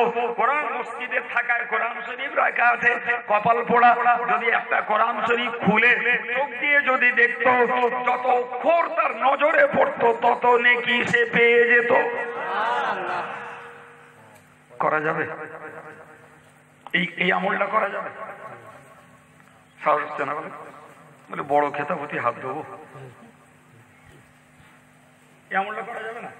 আমি পড়তে পারি না, দুর্ভাগ্য। আল্লাহর কোরআনটা একটু খুলে পড়বো, মনে একটু আফসোস, আল্লাহ আমি অন্ধ চোখ থাকতেও তোমার কোরআন পড়তে পারি না। আল্লাহ অক্ষরের আকারগুলো আকৃতিগুলো চোখ দিয়ে দেখছে। বিশ্বাস করুন, এতটুকু মহাব্বতে আপনার কলিজা সাদা হবে, এতটুকুর মহাব্বতে আপনার কলিজায় নূর জ্বলে উঠবে, এতটুকুর মহাব্বতে আপনার চোখের জ্যোতি বাড়বে, এতটুকু মহাব্বতে আল্লাহ আপনাকে গুনাহ মুক্ত করবেন, সওয়াব দান করবেন। এ সম্পর্কটাও নেই। আবার সেই পোড়া কপালে জাতি জি তর্ক করে কোরআন মাথায় তুলে দেয়। কোরআন মাথায় করে তুলে বল, তুই আমার বলিস নি কথা, কোরআন মাথায় করে তুই বল টাকা দিছি, মেনে নেব। কত বড় নির্লজ্জ! এমনি কোরআন ছোঁয় না, পড়া তো দূরের কথা, কার সঙ্গে কি বেঁধে গেছে তখন কোরআন মাথায় তুলে দিচ্ছে। এতে ঠ্যাংরা মারা লোকের কোরআন তোর কসম খাওয়ার জন্য তুমি পড়ে কুদোকুদি করে ঝগড়া বাঁধাবা, তোমরা পড়ে তর্ক করবার, কোরআন মাথায় তুলে কোরআন খেলনা পেয়েছো না? বলে করে না করে না, বলে তুই মসজিদে উঠে বল টাকা দিছি। ও এমনি জীবনে মসজিদে উঠেছে, এমনি উঠিনি, আজকে মসজিদে তুলে দিচ্ছে। যদি মসজিদে উঠে, যদি মসজিদে ভয়তে শত্রুরা বলে সেই আশায়, আরে ভাই যার মসজিদে জীবনে ওঠানি, ও মসজিদে উঠে মিথ্যা কথা বলতে ভয় পাবে, ছেড়ে মিথ্যা কথা বলবে। যার মসজিদে ওঠে অভ্যাস আছে, ও মসজিদে উঠলি ওর ভয় কম লাগবে, তো ওঠে না, সুতরাং দাঁড়িয়ে ভয় লাগবে না। জাতির কাছে নিবেদন, হাম্বি তাম্বি ওয়াজ করার উদ্দেশ্য নয়, মন তৈরি করুন। এই এতক্ষণ ধরে আমি ক্ষেত্র তৈরি করে এবার এই কয়েক মিনিটের কথা বলব। নিয়ত করুন, কোরআন পড়তে পারি না, শিখব। কোরআন পড়তে যতদিন না পারি খুলে চোখ দিয়ে দেখব। জি ভাই, কোরআন হলো জাহান্নামের রোগ থেকে বাঁচার প্রেসক্রিপশন।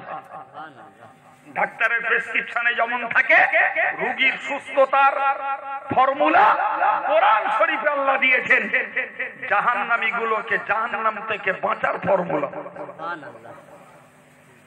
নিয়ত করে বাড়ি যান, আমার ঘরের প্রত্যেকটা ছেলে মেয়েকে কোরআন শেখাবো, এনিয়াও কোরআন শিক্ষা দেব। যে কোরআন তার জন্য কলিজার আলো জ্বলবে, ওই কোরআন আমার বাচ্চার জন্য নামাজের কেরাতে কাজে লাগবে। ওই কোরআন পড়ে আমার বাচ্চা 10 একটা করে অক্ষরের বিনিময়ে 10টি করে নেকি পাবে। আমার ইন্তেকালের বাদে আমার বাচ্চা কোরআন পড়ে হাফেজ মাওলানা কাউকে না পেলেও নিজে দোয়া করবে, আমি কবরে সওয়াব পেতে থাকবো। ওই কোরআন আমার মৃত্যুর পূর্বে পড়বে, আমার মরণের সাকান্দানি কমে যাবে। ওই কোরআন পড়ে আমার সবরেশানি করবে, আমার কবরে সওয়াব পৌঁছাবে। ওই কোরআন আমার ঘরে তেলাওয়াত হবে, জিন শয়তান ওই ঘরে প্রবেশ করতে পারবে না। এই বাংলা মুসলমান যুবক প্রবীণ যেই হোক, পাক্কা নিয়ত করে বাড়ি যান, প্রত্যেকটা পরিবারের বাচ্চাগুলোকে নিহাও কোরআন শেখাবো। রাজি আছেন? রাজি আছেন? কাজটা খুব বোঝার কাজ ঘাড়ে চাপিয়ে দিলাম। জি, আজকে এখানে কেরালা মডেল স্কুলটা তৈরি হয়েছে, যেখানে ছেলেরা ইসলামী জ্ঞান লাভ করছে, যেখানে ছেলেরা কোরআন পড়া শিখছে, কেরাত পড়া শিখছে। আমি কয়েকদিন আগে এই ভেবিয়াতে এসেছিলাম, সপ্তাহখানিক হয়নি এখন। জি, এই কেরালা মডেলের ছেলেরা ওখানে ছিল। তো ছেলেগুলো বেশ কয়েকজন কেরাত পড়ল, তা আমি তাদের কেরাত গুলো শুনছিলাম বসে বসে। বসে আছি কিন্তু ওদের কেরাতে যা আমার মন আছে সেটা কেউ জানে না, জানে আমার আল্লাহ। তো কেরাত গুলো শুনছিলাম, আমার খুব ভালো লাগছিল। তাদের বয়স অনুপাতে সব ছেলেই ভালো পড়লো, তার মধ্যে একটা ছেলে এত চ্যাম্পিয়ন পড়লো যে আমার মনে হলো এই ছেলেটাকে যদি কোনো ভালো যোগ্য কারীর কাছে দেওয়া যায় তো ছেলেটা 2 বছরে সহজে কারি হয়ে যাবে। এরা কেউ জানে না বলো, সালাউদ্দিনও জানে না, মৌলানা আরো ছিল বলো সেখানে, আজকে বলে ফেললাম। যদি অন্য ওয়াজ করতাম হয়তো এই কথা আমার মাথায় আসতো না। প্রসঙ্গ তো বললাম ভাই, আজকের শিশু কালকের জাতির ভবিষ্যৎ, আজকের শিশু কালকের দেশের বড় বক্তা, আজকের শিশু কালকের দেশের বড় মৌলানা, বড় মুফতি, বড় মুহাদ্দিস। কে জানে এই চৈতল কেরাল মডেলের পড়া একটা ছোট্ট বাচ্চার ভিতরে লুকিয়ে রয়েছে আগামী দিনের জাতির কর্ণধার। কার ভিতরে লুকিয়ে রয়েছে আগামী দিনের এই জাতির শরীয়তের ফতোয়াদাতা, আগামী দিনে এই জাতির হেদায়েতের দিশারি থাকতে পারে না পারে। ভবিষ্যৎ আমরা জানি না, হুজুররা জানে না, ভবিষ্যৎ আল্লাহর কুদরতে রয়েছে। আমাদের কাজ চেষ্টা, আমাদের কাজ মেহনত, আমাদের কাজ ট্রাই করা। দেখি না ছেলেটা দিয়ে যদি হয় আল্লাহর দয়া হয়। জি ধরে নেন আপনার ছেলে হাফেজ নয়, মৌলানা নয়, মুফতি নয়, মুহাদ্দিস নয়, কিছুই হলো না আপনার ছেলে, বাবা ন্যূনতম কোরআনটা পড়তে শিখেছে, এতটুকুর বিনিময়ে তার কলিজার, তার কলবের, তার হৃদয়ের অন্ধকার দূরভূত হবে। সে একটা বিনয়ী, নম্র, আদবী, শিষ্টাচার, ভদ্র, শান্ত ছেলেতে পরিণত হবে। আদবী, শান্ত, শিষ্ট, ভদ্র, আদর্শবতী মেয়ে তৈরি হবে। বিশ্বাস হয় আপনাদের? জি কেন আপনি বাচ্চাকে কোরআন পড়াতে দেন না? আপনার ছেলে, আপনার মেয়ে সেই বিএ পাস করুক, এমএ পাস করুক, চাকরি করুক, একটা তো আমার আপত্তি নেই।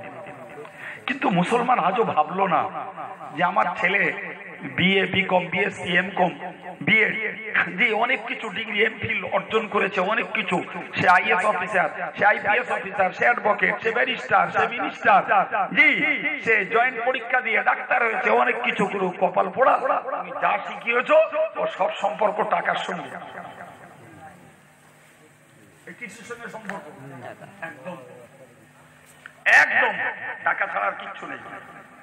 আর টাকা মানে ফাঁকা, আজ আমার কাল আপনার, আজকে আপনার কালকে আমার। জি মরার আগে টাকাও 3 বছর প্যারালাইজ হয়ে পড়ে আছে। কেরল মডেল চৈতল মাদ্রাসা হুজুররা গেল, চাচা আপনার কাছে এসেছিলাম, আমাদের মাদ্রাসার কিছু কাজ বাকি আছে, যদি 10 বস্তা সিমেন্ট দিতেন। বাবা আমার কাছে কিচ্ছু নেই বাবা, সেসব ছেলেদের বুঝে দিয়ে দিস। তার মানে খেঁড় পড়ে আছে, খেঁড়ের পকেট খালি। কথা বলে কামাই করেছে নিজে, নামাজ কাজা করেছে নিজে, মিথ্যা কথা বলেছে নিজে, চিটিবাজি করেছে নিজে, ফাঁকিবাজি করেছে নিজে, লোকের হক নষ্ট করেছে নিজে, নিজে চিৎপাত হয়ে শুয়ে রয়েছে, সব এখন ছেলেদের কবজায়। মরার আগে টাকাও, ঠিক বলছি না ভুল বলছি? এটা বাস্তব না অবাস্তব? কটা রেকর্ড নেবেন? কটা রেকর্ড নেবেন? জি ওরে কপাল পোড়া, কোরআন শেখ বাবা, কোরআন শেখ। কোরআন তোর কাছ থেকে চলে যাবে না, বিদায় নেবে না। তোর প্যারালাইজ হবে, কোরআন তোর কাছে। তোর ক্যান্সার হবে, কোরআন তোর কাছে। তোর সুগার হবে, কোরআন তোর কাছে। তোর ডায়রিয়া হবে, কোরআন তোর কাছে। না না না, কবলাল মউত বাদাল মউত, মৃত্যুর পূর্বে যখন কোরআন তোর কাছে। ও বান্দা তুমি মনে রাখো, ওই ওই ওই কোরআন মৃত্যুর পরে কবরেও তোমার কাছে। জোরে বলো, আর একটু জোরে বলো। কপাল পোড়া মুসলমান, এখনো বাঁচতে চাই, তাও তা কোরআন ধরো। রসুলের একজন সাহাবী, রসুলের একজন সাহাবী একটা জায়গায় তাঁবু গেড়েছেন। তাঁবু এই পানি লাগে, পান দিয়ে আমার এই পানা নিচ্ছে জানো, আমি খাই নেব।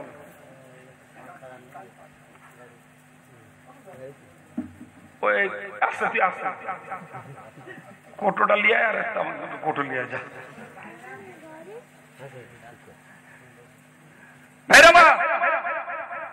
কি বলিলাম? কোরআন জি কিরকম সঙ্গে যাবে সেটাই বোঝাচ্ছে। নবী একজন সাহাবী আল্লাহ মসজিদে জমাতে নামাজ পড়বে তাই একটা তাঁবু গেড়েছে মসজিদের কাছাকাছি। আমার গা এমন ব্যয়রাম মসজিদের মাঠ আছে সেখানে বসে মিটিং করে, সেখানে বসে মিটিং করেছে। আজান হয়েছে চল যাচ্ছে 6-7 জন রয়ে বাকি সব হাঁটা। হাদিস পাকে এসেছে আজান হলি শয়তান পালায়। কারা পালাচ্ছে? শয়তান বললি তো বলবেন, বলছে রাস্তায় ওঠো আমরা আছি। শয়তান নাই বললুম না, পালাচ্ছে কারাও। আপনি শুনলে অবাক হয়ে যাবেন। বুখারী শরীফের হাদিসে রয়েছে, বাংলায় বলছি, যখন মুয়াজ্জিন আজান দেয় শয়তান পাদ্দি পাদ্দি পালায়, এত জোরে পাবে যেন আজানের আওয়াজের কানে না ঢোকে। আচ্ছা শয়তানটা কি ধরনের শয়তান? ওর উপরে কি বলবেন আপনি? একদম সেই বুখারীর হাদিস, ও পাদ্দি পাদ্দি পালায় যাতে পাদের আওয়াজে আজানের ধ্বনি না ঢোকে।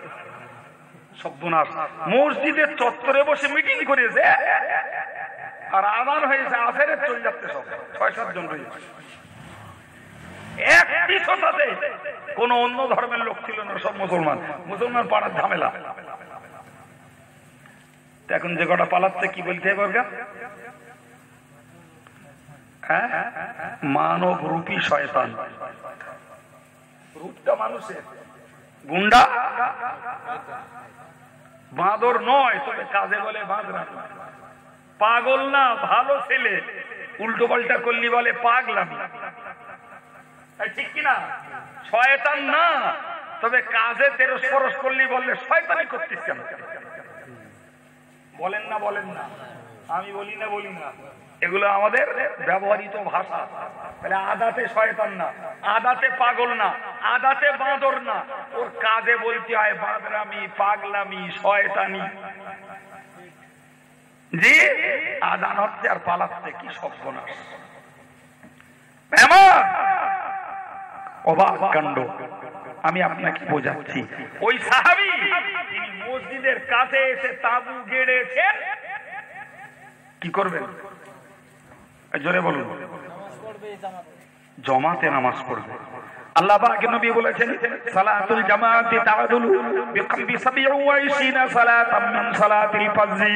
ও নামাজীরা মনে রাখো, ও নামাজীরা মনে রাখো, একলা নামাজ পড়লে যে সওয়াব হয়, জামাতের সঙ্গে নামাজ পড়লে পরে 27 গুণ সওয়াব বেশি হয়। যদি বলে ফেবিয়া হাট খোলায় পটল বিক্রি করলি 4 টাকা কিলো, মালঞ্চ বাজারে নিয়ে গেলি 10 টাকা কিলো। 1 মন পটলে মালঞ্চ নিয়ে গেলি 4-6-24, 240 টাকা লাভ বেশি। গেল না 100 টাকা ভ্যান ভাড়া, তাও তো 140 টাকা থাকবে। ও হিসেব বলো, চাষি বলুন আর ফিশারের মালিক বলুন, এরা বিরাট বোঝে না, বোঝে না। ওই বাড়ি এই ধরনের জমাত হয় কি, এই বাড়ি ওই মসজিদ, এত বড় কুঁড়ে, ওখান থেকে বেরিয়ে জমাতে যাবে না। ভুল বলছি বলে, আমি আর কথা ফিরিয়ে নেব। জি, আর নবী সাহাবী দূরে বাড়ি বলে কাছে আসছেন, জামাত পড়বেন, জামাত সহ। সুবহানাল্লাহ। তাঁবু গেড়েছেন, রাত্রি থেকে সকালবেলা উঠে নবীকে বলছেন,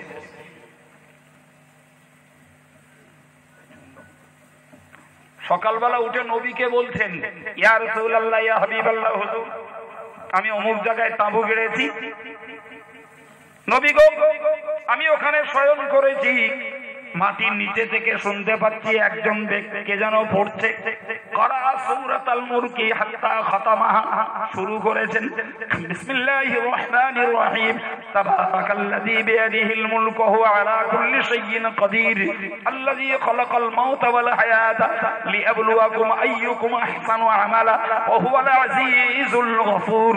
ইয়া রাসূলুল্লাহ, ইয়া হাবিবাল্লাহ, এই সূরা পড়তে শুরু করে শেষ পর্যন্ত পড়েছেন। ও আল্লাহর নবীর রহস্যটা তো কিছু বুঝতে পারলাম না। মাটির নিচে কারা থাকে? এই তো তাও বলেন, অলি থাকে, আর মাতাল গুলো মাটির নিচে যাবে না। দেন কি জ্বালা! আরে বাবা, মাটির নিচে এক কথায় মরা লোকে শোয়। এইটুখানি বলতে এত দেরি হবে? অলি কনে মরা লোকে শোয়ার জায়গা মাটির নিচে। আলাদা যা রয়েছে সে তো আল্লাহ সৃষ্টি, কিন্তু আমরা মরা লোকগুলোকে হাতে করে ভালো করে সাজিয়ে গুছিয়ে মাটিতে দিয়ে আসি। তো ওই যে মাটির নিচে থেকে কোরআন পড়ার আওয়াজ শুনেছেন, তাহলে নিশ্চিত ওখানে কোনো মরা লোক রয়েছে।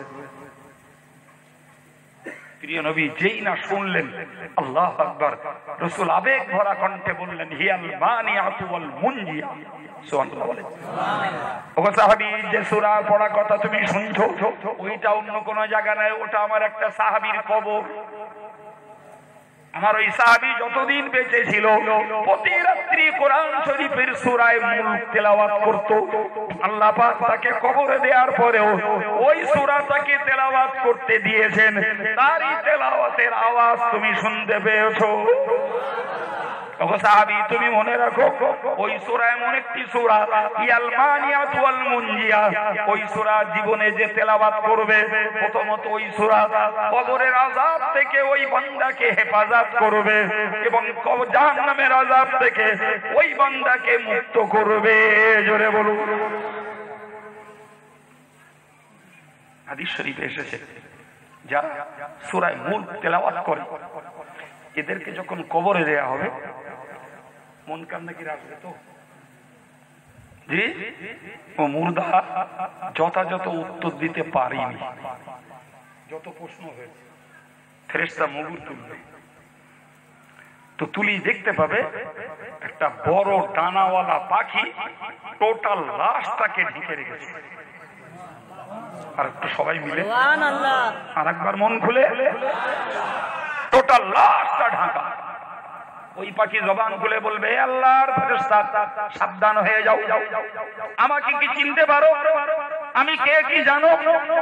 সম্মানিত ভাইরা আমার, ওই পাখির জবান খুলে যাবে যখন, ফেরেশতা হতবাক হয়ে যাবে। ফেরেশতা বলবে, তুমি কে? বললে, আমি অন্য কেউ নই, আমি হলাম কোরআন শরীফের সূরা মুলক। এই বান্দা তেলাওয়াত করত, তারই বরকতে আল্লাহ আমাকে আজকে পাখির রূপ দিয়ে পাঠিয়েছেন। ও বান্দা, ও ফেরেশতা, আল্লাহকে জিজ্ঞাসা করো, আল্লাহকে জিজ্ঞাসা করো, যদি আল্লাহ তার কোরআনের প্রতি আঘাত করার অনুমতি দেয় তাহলে তোমরা আমার উপরে আঘাত করতে পারো, আর যদি আল্লাহ অনুমতি না দেয় আমার উপরে আঘাত করতে পারবে না। ফলে ওই বান্দার গায়েও তোমার মুগুরের আঘাত চলবে না। কোরআন সঙ্গে যাবে না দুনিয়ায় রয়ে যাবে? সুবহানাল্লাহ বলবেন না?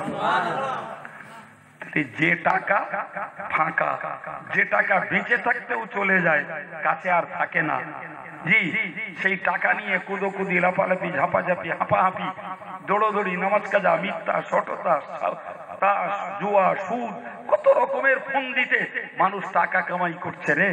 কিন্তু যে কোরআন ইহকালের সঙ্গী, পরকালের সঙ্গী, সেই কোরআনটাকে সঙ্গে নিতে আজও মুসলিম কমিউনিটির সাবালেক ছেলে, সাবালিকা মেয়ে, এরা আজও রাজি হয়?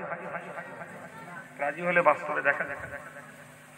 আপনি বাস্তবটা একটু দেখুন, জি, বাস্তবটা দেখুন। ধরে নেন একটা ছেলে মাধ্যমিক পাস করেছে। কি করেছে? মাধ্যমিক পাস। তো মাধ্যমিক পাস করে ক্লাস 4 এর পরে 6 বছর পড়তে হয়। ক বছর? আর একটা ছেলেকে ক্লাস 4 পাস করিয়ে কেরাল মডেল মাদ্রাসায় দিলাম, জি, হেফজ করানোর জন্য কি আর একটা হেফজ খানায় দিলাম। হেফজ করলো 6 বছরে কমপ্লিটলি একটা হাফেজে কোরআন তৈরি হবে ইনশাআল্লাহ। মিডিয়াম লাগে 3 বছর, আমি হাইলি টাইম দিলাম 6 বছরে ভালো একটা হাফেজ হয়ে যাবে। তাহলে এই ছেলেটাও ক্লাস 4 মানে 10 বছর, 6 বছর মাধ্যমিক পাস করেছে, 16 বছর হাফেজ হয়েছে, 6 বছর সেও 16 বছর। এই দুটো ছেলেকে মূল্যায়ন করুন। আচ্ছা ভাই, ওই মাধ্যমিক পাস ছেলেটারে কেউ মুরগি জবাই করতে ডাকতে, কথা বলে কবর জিয়ারত করতে ডাকবে, ওর বাড়ির বাচ্চাগুলোর কোরআন পড়াতে ডাকবে, ওর বলবে খোকা আমার দোকানটা উদ্বোধন করবো, তুই একটু এসে শেক্সপিয়রের একটা কবিতা পড়িয়ে দিয়ে যা। কিন্তু মাধ্যমিক পাস সময়ের ভিতরে যে ছেলেটা হাফেজ হয়েছে, ওরে 2 দিন পরে লোকে ডাকবে একটু পানি পড়তে, একটু ডাকবে কবর জিয়ারত করতে, ডাকবে খতম পড়তে, একটু ডাকবে সবরেসানি করতে, ওকে একটু ডাকবে দোকান উদ্বোধন করতে, ওকে ডাকবে বাচ্চাগুলোকে কোরআন শেখাতে। একটু চিল্লে বলা যাবে সুবহানাল্লাহ? তাহলে একই টাইম ব্যয় করে একটা মাধ্যমিক পাস করা ছেলে ভ্যান্না ভেজে ঘুরে ঘুরে বেড়াচ্ছে, আর একই সময় ব্যয় করে একটা হাফেজে কোরআন হয়ে সে যদি আদর্শ বজায় রাখে, সে ইমামতি করবে, সে উস্তাদি করবে, আর এই খুচরো কাজগুলো করবে, তার ভিতর দিয়ে ইজ্জত পাবে, তার ভিতর দিয়ে পয়সা পাবে, তার ভিতর দিয়ে তার লাইফ স্টাইল চলবে। তাহলে কোরআন শুধু পরকালের সম্পদ নয়, কোরআনের ভিতরে রয়েছে রীতিমতো ইহকালেরও সম্পদ। এরপরেও কোরআন হারা হবা বাবা, এই যুবক এরপরেও কোরআন ছেড়ে জীবনযাত্রা চালাবে। জি, তো রাসূলুল্লাহ রেখে যাওয়া এই জীবন্ত মুজিজা যার নাম আল কোরআন, আমি আজকের এই সভাতে অন্তত সর্বস্তরের সর্ববয়সী নারী পুরুষ সবের কাছে আন্তরিকভাবে নিবেদন করছি যে আপনাদের বাচ্চাগুলো কোরআন কিরাল মডেল মাদ্রাসায় দেন, তারা পড়ুক। জি, ঘরের মাগুলোর জন্য অনেক মহিলা আছে যারা কোরআন পড়তে পারে, তাদের সঙ্গে যোগ করে বাকি মায়েরা কোরআন পড়া শিখুন। আমার এই মুরব্বীগুলো এখানে হুজুরা থাকে না, এই বয়স্ক লোকগুলো যারা সারাদিন কাজ কাম করে সন্ধ্যাবেলা দক্ষিণে ফিরি খোদার দেওয়া বাতাস খেয়ে দি গল্পের আসরে আর মোবাইল দিন রাত এই করতে পড়ে পড়ে যুবক ছেলেদের ওই মোবাইলে ওই ছাড়া আর কাজ নিয়ে বসেছে, যদি মোবাইল 10টা বসে রয়েছে এক জায়গায়, তো 10টায় মোবাইলে ডুবে রয়েছে। মানে এমন এমন প্রেম মুক্ত হয়েছে সব মোবাইল, কেউ কারোর দিকে কথা বলেন। আবার আবার কেউ ভাগে দেখতে, মানে হন্দল নেনে এর কানে একটা গুজ দিয়ে ওর কানে একটা গুজ দিয়ে, মানে এক গান দুজন মিলে হচ্ছে না, হয় না? হ্যাঁ বাপরে, 8 ঘন্টা সময় দেয় এখানে হুজুরদের কাছে, হুজুর আমরা কোরআন শরীফ পড়তে পারি না, তার যদি আপনারা একটু সময় দেন আমরা একটু পড়বো। তারা আমাদের এখানে আশ্রিত, এখানে থাকে, দরকার হলে তাদেরকে মূল্য নয় তাদের মেহনতের শুকরিয়া স্বরূপ কিছু পয়সা তাদের, আমি একটু কোরআন শিখবো, তাও কাটিয়ে নেবো না, একটু কোরআন শিখবো, তাকে কিছু হাদিয়া দেবো। বল হুজুর মোটে পড়তে চাচ্ছি না, তাতে আবার হাদিয়া। আল্লাহ বুঝ দেন, বলুন আমিন। আর একটু জোরে বলেন আমিন। ভাই কথা বলার প্রচুর, আমি যতটা বলেছি এতটা বলবো বলে উঠিনি, আমি আস্তে আস্তে বলেছি, আমি অল্প একটুখানি কথা বলবো, দোয়া করে দেবো, তবে তো হুজুর আপনি যা পারেন তাই করতেন। তারপরে আপনাদের উপস্থিতি বেড়েছে, আগ্রহ দেখে আমি এতক্ষণ ধরে বকেছি। জি, আর বকবো না বাবু। জি, যদি বুঝ নেওয়ার হয়, জ্ঞান নেওয়ার হয়, কাজে লাগানোর হয়, অল্প কথাই জীবন পরিবর্তনের জন্য, হেদায়েতের জন্য যথেষ্ট। আর যদি মনে করি পরিবর্তন হবে না বাবা, আমার মতো আব্দুল কাইয়ুম কেন, কাবার ইমাম হজ করলেও সোজা হবে না। কত লোকের দেখলুম কাবার তওয়াফ করে বাইরে গিয়ে জমাত করে সিগারেট খাচ্ছে। আমি বলবো বলছি একদম কাবার বাইরে বেরিয়ে জমাত করে, মানে দল বেঁধে সিগারেট খাচ্ছে। কাবারটা তওয়াফ করে আসতেছে, তওয়াফ করে এসে ঘরে বসে ফুল ভলিউমে টিভি ছেড়ে দিচ্ছে। আমার নিজে চোখে দেখা, নিজে চোখে দেখা রাসূলুল্লাহর মাথা জিয়ারত করতে সেকেন্ড দাঁড়িয়ে ফটো তুলছে। কাবার চত্বরে তওয়াফ করতে স্বামী স্ত্রী একজন আর একজনের কাঁধে হাত দিয়েছে, সেলফি, মানে দুজন একসঙ্গে বাড়ি গিয়ে দেখাবে ছেলে মেয়ে, দেখ আমি আর তোর মা কি কামাই ধুনিয়ে এসেছি। আরাফাতের ময়দানে যেখানে গুনাহ মাফ হয় সেখানে উট ভাড়া করেছে, উট ভাড়া করে উঠে ভিডিও উঠেছে, উঠে ফটো করে বাড়ি আসছে। এর নাম ধর্মতলায় অধর্ম। ওখানে যায় লোক গুনাহ মুছে সব জোগাড় করতে, আর সেখান থেকে গুনাহ জড়ো করে বাড়ি উঠে। আর দেশের লোক যাচ্ছে হাজি সাহেব জিন্দাবাদ, গলায় পুলির মালা ঝুলিয়ে বই রেখে, ঝোলার ভাড়ে বই রেখে কোথাও হতো না। দেখেন না কলকাতা বিমানবন্দরে এরকম পুলির তোড়া গলায় ঝুলিয়ে দিচ্ছে। জি, এক বিহারি আসছে, ওকে দেখ ভিসিআর কিনে দিচ্ছে।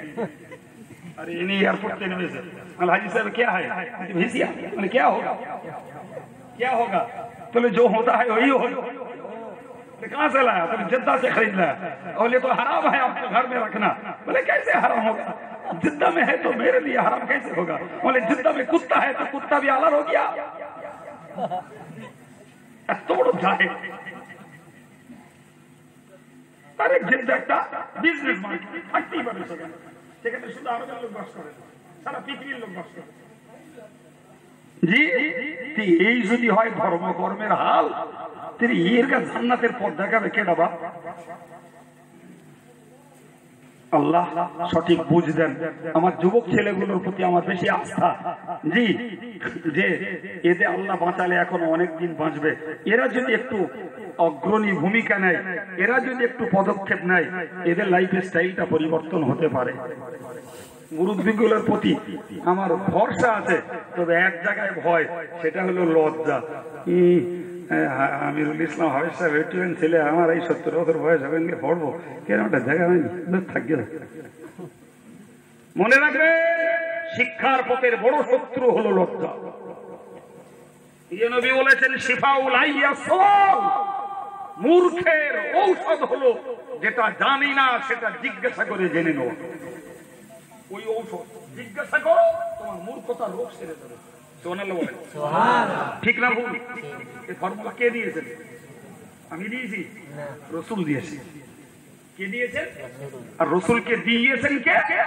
আল্লাহ। সুতরাং কথাগুলোকে মনে রাখার জন্য আন্তরিক ভাবে নিবেদন রাখছি। সম্মানিত ভাইরা, দোয়া সাবলেশনে হবে, তার আগে ছোট্ট একটু নিবেদন। প্রতিষ্ঠানটা চলছে আপনাদের দানের বিনিময়ে। বহু মিথ্যাবাদীরা অপপ্রচার করে যে মাতিন সাহেবরা কেরল মডেলের স্কুল চালায়, কেরল থেকে টাকা নেয়। কেরলের লোকেরা 4 আনা পয়সা দেয়, 4 আনা পয়সা দেয় না। তারা আসলে আমি আর মাতিন সাহেব কতবার যে হাজার হাজার টাকা তার পেছনে খরচ করিস আমি জানি, মাতিন সাহেব জানে। আসলে জামিয়ায় 2-4 দিন থাকে, তাদের মর্জি মতন, তাদের ফর্মুলা মতন খাওয়াতে হয়।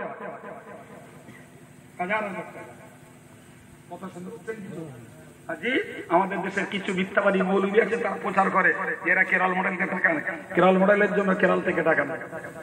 শুধু ওই খরচ না, জি, বছরে 1-8 বার কেরলে যেতে হয়, তাদের কাছ থেকে নিউ সিলেবাস নিতে হয়, তাদের সিটিং মিটিংয়ে যেতে হয়, দিল্লির মিটিংয়ে যেতে হয়, কেরলের মিটিংয়ে যেতে হয়। খরচ, কষ্ট, সময় ব্যয়, রোজগার বন্ধ, জি, যা চলে সব আপনাদের পয়সা। সুতরাং আমার আন্তরিক ভাবে ক্ষণিকের জন্য একটু দাবি, এই প্রতিষ্ঠানটার জন্য আপনারা কতটুকু সহযোগিতা করে রেখেছেন তা আমরা বুঝতে পারছি।